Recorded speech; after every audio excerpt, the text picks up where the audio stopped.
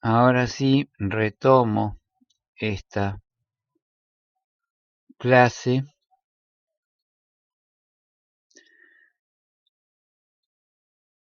desde esta diapositiva, si es que me lo permite. No, no me lo permite, pido mil disculpas, pero evidentemente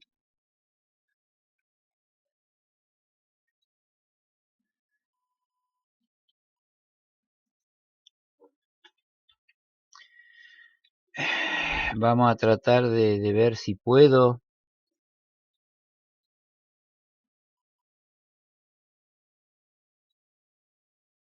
continuar con esta clase. Bueno, evidentemente no me da, no hay caso.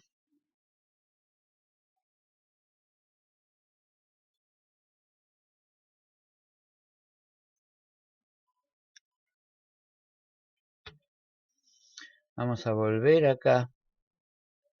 Vamos a ir a presentación con diapositivas desde la diapositiva actual. A ver si puedo. No.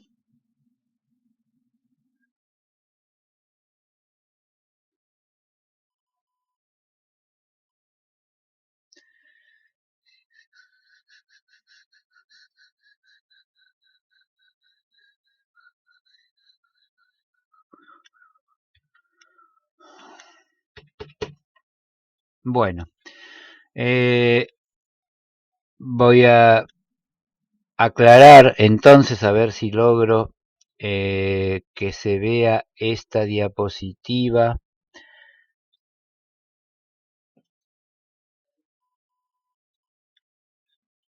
Ahí está. Bueno, el descenso de filtrado glomerular en personas sanas es en un promedio de 0,7 mililitros minuto por metro 73 cuadrado por año en varones y es mayor, como pudimos ver en la curva, en mujeres, de 0,92 mililitros por minuto por metro 73 cuadrado. Cabe recordar que en riñones enfermos por influencia de las hormonas masculinas y algún efecto protector de las femeninas, el descenso, la progresión de la pérdida de función renal es más grande en varones que en mujeres. Esto no es así para riñones normales, teniendo en cuenta que además las mujeres tienen un mayor descenso de la masa muscular con la edad que los varones, lo cual hace más difícil detectar esto cuando nos basamos en mediciones basadas en la creatinina.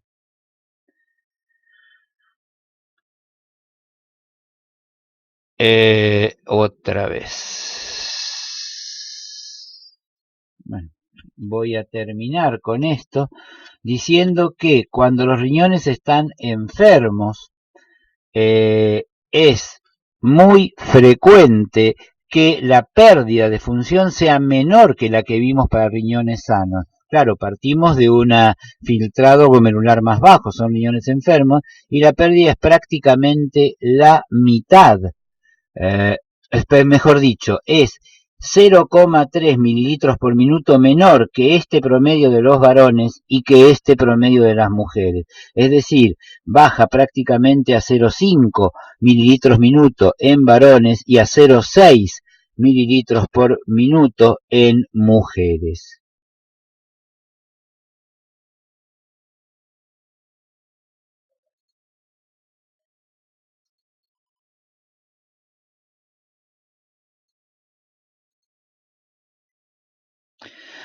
Acá tenemos una propuesta hecha por Glassock basándose en este descenso esperado de la función renal con la edad. Después vamos a ver que esta propuesta es discutida por nefrólogos muy prestigiosos. ¿Qué propuso Glassock inicialmente?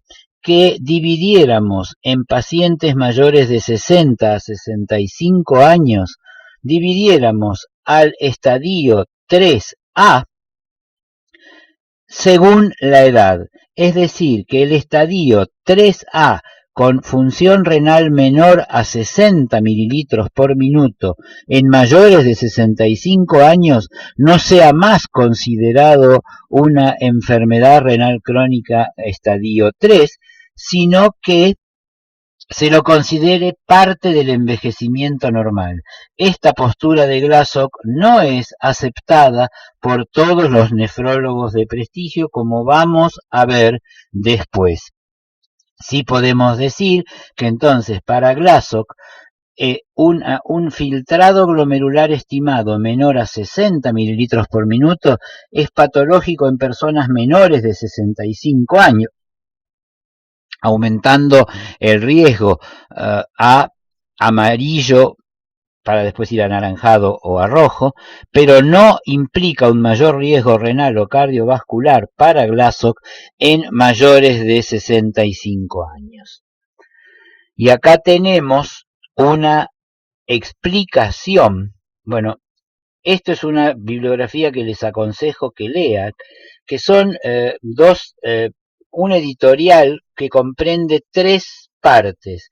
Una de Glashow, donde sostiene lo que acaba de decir, que es que no consideremos insuficiencia renal a un filtrado menor a 60 cuando es una persona mayor de 65 años. En el segundo, Levy da la idea contraria. ¿Cuál es la idea contraria? La idea contraria es que tiene que ser considerado una insuficiencia renal cuando cualquier edad que tenga menos de 60 mililitros por minuto. Es más, Glashow había propuesto, además, que en una persona joven se considerara insuficiencia renal cuando tiene menos de 70 a 75 mililitros por minuto y no los 60, porque ese 60 dice Glashow que está muy adaptado a lo que va a pasar en el viejo. Pero bueno, Levy no acepta eso, y acá tenemos un moderador que de alguna forma toma lo mejor de cada uno y termina inclinándose por la postura de Levy de no aumentar, no bajar el filtrado para diagnóstico de insuficiencia renal en el paciente añoso, porque según él, los daños que atribuimos al envejecimiento pueden ser evitados con mecanismos de prevención aplicados en la juventud.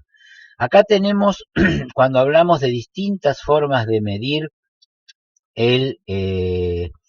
la función renal, y vimos que en pacientes añosos era difícil detectar la insuficiencia renal y las cifras y las fórmulas que conocemos, MDRD, CKD, hasta la misma cistatina, se discute si son eficaces y si son reales las mediciones obtenidas en añosos por la sarcopenia y demás. Pues bien, una revista española publicó alguna vez una fórmula para medir función renal no basada en la creatinina para obviar los problemas de la sarcopenia. La llamó Hughes, H de hematocrito, U de urea, G de género, varón o menor, y la E la agregó de adorno. Acá tienen la fórmula para calcular el Hughes. Estos son numeritos que se multiplican por el hematocrito, por la urea en miligramos por ciento y por este índice si se trata de un varón. Y es muy sencillo. Si el Hughes da menos de 0, estamos frente a una persona con función renal normal. Si da 0 o más, estamos con una persona con enfermedad renal crónica. Y acá tenemos en un trabajo argentino publicado en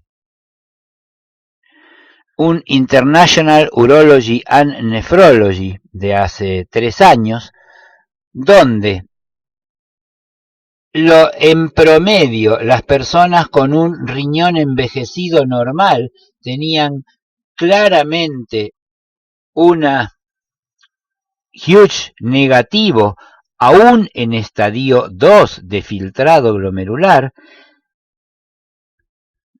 pero claramente positivo a partir del estadio 3A, que es el que nos interesa. ¿Sí? Ahí tenemos en estadio 2, estadio 3A, y fíjense los enormes valores que tenía el Hughes cuando era medido en personas.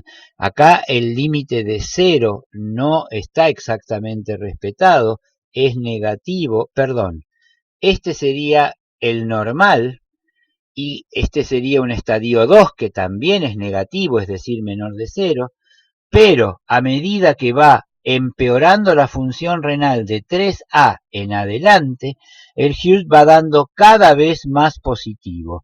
Este trabajo, que es de médicos del Hospital Italiano de Buenos Aires, comprobó que este fórmula Hughes era confiable para detectar, poniendo el punto límite en 0, la presencia de riñones envejecidos normales, que te van a dar un valor negativo, y perdón por haberme confundido, contra la presencia de enfermedad renal crónica, que da un valor cada vez más positivo según se deteriora el filtrado. Ahí está el trabajo.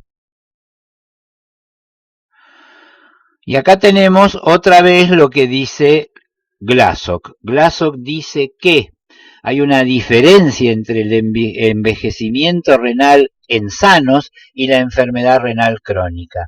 Los glomérulos en el sano son isquémicos y tienen una esclerosis global que los puede llevar a atrofiarse y desaparecer, mientras que en la enfermedad renal crónica hay una parte de la glomeruloesclerosis que es segmentaria con solidificaciones. La glomeruloesclerosis del sano ocurre predominantemente en la corteza superficial y no en toda la corteza como en la enfermedad renal crónica. Y la enfermedad renal crónica se acompaña de agrandamiento de los glomérulos en los estadios precoces, cosa que no sucede con el envejecimiento. La fibrosis intersticial y la atrofia tubular son mínimas en el riñón envejecido en paciente sano, mientras que son severas en la enfermedad renal crónica. La arterioesclerosis es frecuente en el envejecimiento renal sano, mientras que las arterias están menos afectadas en la enfermedad renal crónica. Fíjense que en ambos casos, tanto el número de nefronas como el filtrado glomerular caen, pero el filtrado individual, que no podemos medirlo por nefronas, se mantiene estable, mientras que las nefronas sanas del enfermo renal crónico aumentan su funcionamiento. Y esto hace que frecuentemente el renal crónico tenga albuminuria importante, cosa que no sucede siempre, y cuando lo es en el rango de microalbuminuria en el envejecimiento del riñón sano. Entonces tenemos cambios clínicos, acá tienen el trabajo, en el envejecimiento, cambios clínicos que es la progresión de la pérdida de función renal, una disminución de la sobrevida post-trasplante, una disminución de la reserva renal y una mayor susceptibilidad a la lesión renal aguda, justificados por estos cambios microscópicos. Esta es una especie de resumen: glomeruloesclerosis, fibrosis intersticial y pericapsular, engrosamiento de la membrana basal, arterioesclerosis y atrofia tubular. Y tenemos cambios macroscópicos como una disminución del peso, de la masa, de la longitud y del parénquima renal. Acá tenemos los valores más o menos que acabamos de ver. Y los cambios funcionales: en la mayoría de los pacientes pierden filtrado, baja la capacidad de reabsorber sodio, baja el gradiente transtubular de potasio, la capacidad de concentrar la orina, la resistencia vascular renal y el flujo plasmático renal. La incidencia o prevalencia, mejor, de enfermedad renal crónica en la población general va del 8 al 11%. Sin embargo, en mayores de 70 años alcanza un 40%. Lo que se discute es si esto es verdaderamente una enfermedad renal crónica o es solo una manifestación del envejecimiento natural. Acá tenemos de vuelta cuánto cae el filtrado en otro estudio en mililitros minuto por año en varones y mayor en mujeres. Recuerden que antes era 0,7 y 0,9. Estábamos hablando siempre de promedios y medias. Cuando la función renal se pierde más rápido que estos valores, no podemos hablar de consecuencia del envejecimiento. En las personas que tienen caída del filtrado glomerular de más jóvenes, más lenta va a ser la pérdida posterior de la función renal. La mortalidad aumenta sobre todo a partir del estadio 3. En el 3A empieza a aumentar, pero es mucho más marcado a partir del 3B. Mortalidad sobre todo cardiovascular. Por eso una gran mayoría de los pacientes con enfermedad renal crónica estadio 3B no llegan al estadio 5 porque fallecen de causas cardiovasculares en el progreso hasta este estadio 5. Puede haber también albuminuria y la llegada al estadio 5. ¿Y qué pasa cuando llegan al estadio 5? Observen acá un cuadro que muestra, esto es una revista Journal of the American Medical Association del año 2012, fíjense cómo las personas de entre 20 y 45 años de edad tienen una frecuencia alta de enfermedad renal crónica ya en diálisis, una frecuencia baja de no tratados y la sumatoria de ambos que está parecida a la de tratados. A medida que va empeorando, pasando el tiempo y aumentando la edad, la frecuencia de enfermedad renal crónica tratada, es decir, en diálisis, va aumentando, pero también va aumentando la de la no tratada, que es la del medio, la columna del medio. Y por encima de los 75 años, los no tratados superan a los tratados, es decir, más personas son rechazadas del tratamiento de reemplazo renal. Fíjense lo que pasa, esto es muchísimo más evidente más allá de los 85 años de edad. Una gran mayoría de las personas no son tratadas, sea por propia voluntad, sea porque, bueno, por supuesto, también una gran mayoría de estos se mueren, como vamos a ver después. Cuando vemos guías, porque ahora vamos a hablar de la única guía que encontré de enfermedad renal crónica en mayores de 65 años, que es una guía europea, sepamos que las guías tienen una serie de dificultades intrínsecas a medida que se van complejizando las condiciones, y por eso son particularmente problemáticas en personas de edad. Ahora vamos a ver por qué. Supongamos que yo hago una guía de hipertensión donde compruebo o donde sugiero un tratamiento antihipertensivo que va a bajar la incidencia de eventos cardiovasculares.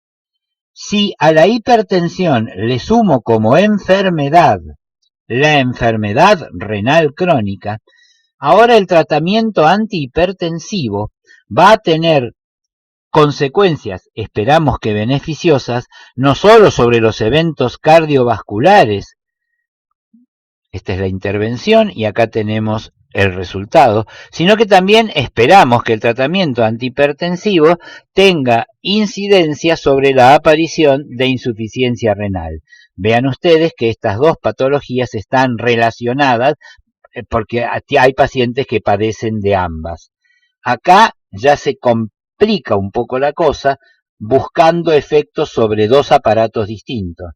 Pero cuando estamos hablando de enfermedad renal crónica, primero, a mayor cantidad de enfermedades que incluya como blanco del tratamiento, que incluya como los que van a ser tratados, menor la certeza de los resultados porque se combinan los efectos de ambas enfermedades. ¿Qué pasa en la enfermedad renal crónica? Tiene una alta incidencia de comorbilidades como diabetes, hipertensión, insuficiencia cardíaca y ya de por sí enfermedad cardiovascular. Esta alta frecuencia de comorbilidades en la enfermedad renal crónica hace que los objetivos tengan que ser mucho más complicados. Manejar la glucemia, bajar la proteinuria y la presión, manejar la hipervolemia, manejar la presencia de arritmia y de isquemia miocárdica.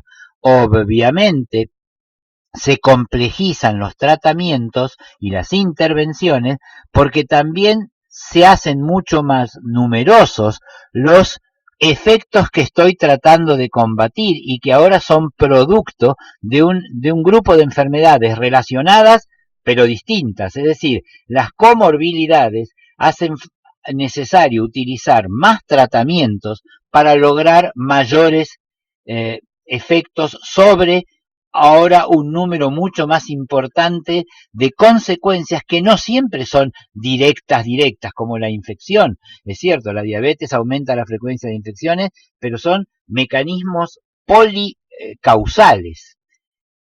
Y esto, cuando se le suman otras condiciones de la enfermedad renal crónica, como la fragilidad, la polifarmacia y la disautonomía funcional, hace que uno tenga que entonces ver cómo está la casa, instalar programas de rehabilitación, ejercicio, evaluar el riesgo, porque frente a todas estas posibilidades uno tiene que ver qué espera que le pase a esa persona.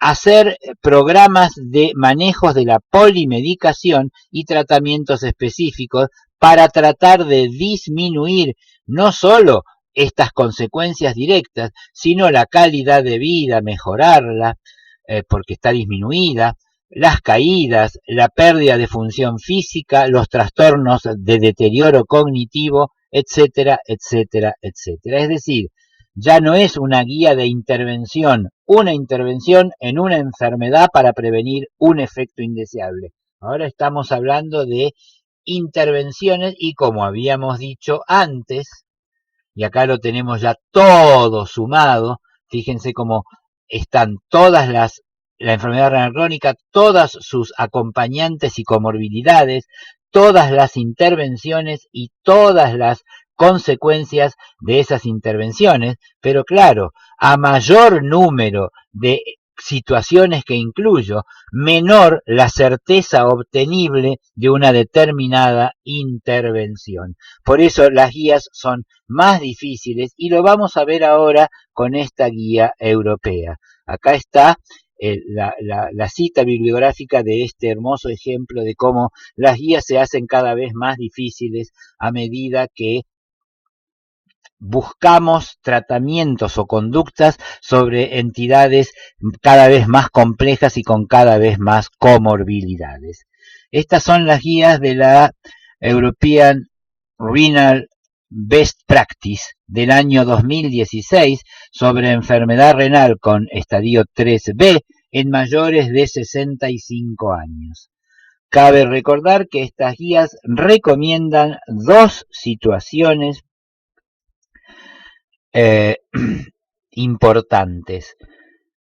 Una asistencia multidisciplinaria que debe comenzar antes del ingreso a diálisis, con la nutricionista, con la asistente social, con el psicólogo para la depresión, es decir, con la enfermera, para buscar no solo el manejo por parte del nefrólogo, sino de todas estas complicaciones y acompañantes de los que hablamos recién. Y también hablan de la necesidad de una planificación anticipada. Uno tiene que ir hablando con el paciente desde niveles así para que vaya, y la familia, manifestando su deseo si llegara el momento, y ahora vamos a ver cómo podemos predecir si va a llegar el momento de requerir una terapia de reemplazo de la función renal. Las guías europeas aconsejan medir el filtrado glomerular por MDRD o CKD-EPI simplemente porque no está disponible la cistatina o el promedio cistatina-creatinina, que serían algo mejores. Podríamos probar también con la fórmula Hughes, como acabamos de ver en el trabajo reciente. No es una fórmula universalmente aceptada. Yo tomé ese trabajo porque está publicado en una revista extranjera por un grupo de nefrólogos argentinos, pero no la encontré y esta guía ni la menciona. Entonces, la guía aconseja medir como medimos en personas más jóvenes el filtrado glomerular estimado por cualquiera de estas fórmulas y evaluar el riesgo de progresión. Acá tenemos por el Kidney Failure Renal Ends. Si ustedes ponen en internet score KFRE, van a encontrar el score de 4 variables y el de 8. En realidad el de 4 es más sencillo, pero los dos sirven, donde ustedes llenan los espacios en blanco, tengan en cuenta las distintas unidades. La creatinina puede estar medida en milimoles o en miligramos por ciento, eso tienen que modificarlo ustedes. Ponen las 4 variables son la presencia de albuminuria, la edad, la creatinina y si es varón, y creo que hay otra que es si está fuera de Estados Unidos, y le da una probabilidad de arribar, es un porcentaje, de arribar a la enfermedad renal crónica con requerimiento dialítico. Es muy importante que todavía al día de hoy se discute si estos scores, estos lo favorecen el uso y toman conductas en base a scores, pero en realidad los scores no deberían utilizarse para prever el futuro de un paciente. Los scores sirven en promedio, pero siempre va a haber un paciente que tenga un score que parece anunciar un determinado final y evoluciona para el otro lado. De todos modos, uno podría usar el score para evaluar qué le parece más probable, que el paciente llegue a diálisis o que se muera antes. Y vamos a hablar ahora un poco de eso. ¿Por qué? Porque el riesgo de muerte se puede basar en el estudio, en el score de Bansal o en el score de Rein. Después los vamos a ver cómo son estos dos scores. Vamos a ver inclusive de dónde están sacadas estos scores. Estos no los encontré en internet, por lo tanto, estos sí vamos a tener que ver algún trabajo. A todo esto hay que sumarle la evaluación del estado funcional y de la fragilidad, sea por lo que relata el propio paciente, por el test de pararse de una silla, por la velocidad con que marcha y puede marchar para atrás o darse vuelta. Son todos test son bastante poco comparativos, no son exactas las cifras, como pueden ser estos, pero me hablan del estado funcional y de fragilidad. ¿Por qué? Porque una mayor fragilidad me determina, por un lado, un mayor riesgo de mortalidad y por otro, me determina una peor calidad de vida en diálisis. Desde ya, como intervención multidisciplinaria, el ejercicio está adquiriendo cada vez más valor como medida para mejorar la calidad de vida de los pacientes, aunque no se ha reportado que yo sepa que mejore el tiempo de sobrevida. La intervención de la nutricionista mediante el Subjective Global Assistance, que es un test de evaluación del estado nutricional, también va a darnos un pronóstico. El índice de masa corporal, la creatinina, la albúmina y la generación de proteínas, que se puede medir, está en todos los libros cómo medirla, me van a hablar del pronóstico nutricional y proteico de ese paciente y van a permitir las intervenciones nutricionales para corregir las fallas que se hayan detectado. Y otra cosa importante en base a todo esto es incluir el tratamiento conservador, es decir, la no diálisis, entre las opciones a considerar. Ustedes tengan en cuenta el trabajo que vimos recién, cómo a medida que aumenta la edad del paciente, aumenta el número de personas que nunca ingresaron a diálisis, cosa que en los más jóvenes no sucede. Bueno, esto es por todos aquellos en los cuales el equipo tratante, la propia persona o la familia eligen la no intervención dialítica. Obsérvense acá en este cuadrito la expectativa de vida promedio, por eso hablamos siempre de promedios, de ahí está la gran falla de los scores, que yo no puedo adivinar qué le va a pasar a cada paciente, lo sé en promedio. Fíjense que al ingresar eh, la población prevalente en diálisis con esta edad tiene este promedio de vida que es prácticamente 3 a 4 veces menor que el de la población general de la misma edad.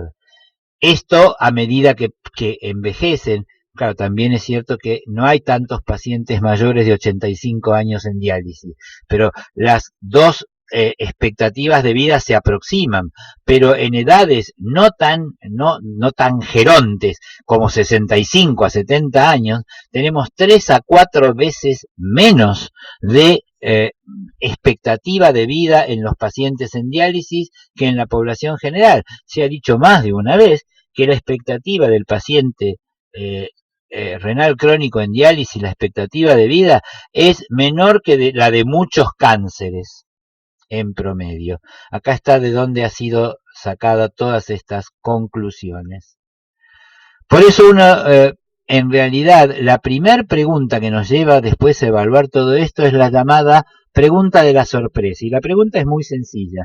Cuando yo estoy pensando en ofrecerle intervenciones terapéuticas a un paciente añoso, primero debería preguntarme, ¿me sorprendería que este paciente esté muerto dentro de 2 años? Pongamos 2 años, ahí podés cambiar vos.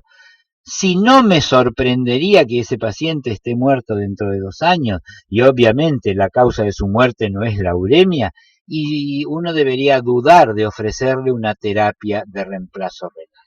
Y acá tenemos digamos, el árbol de decisión o el algoritmo que proponen estas guías europeas.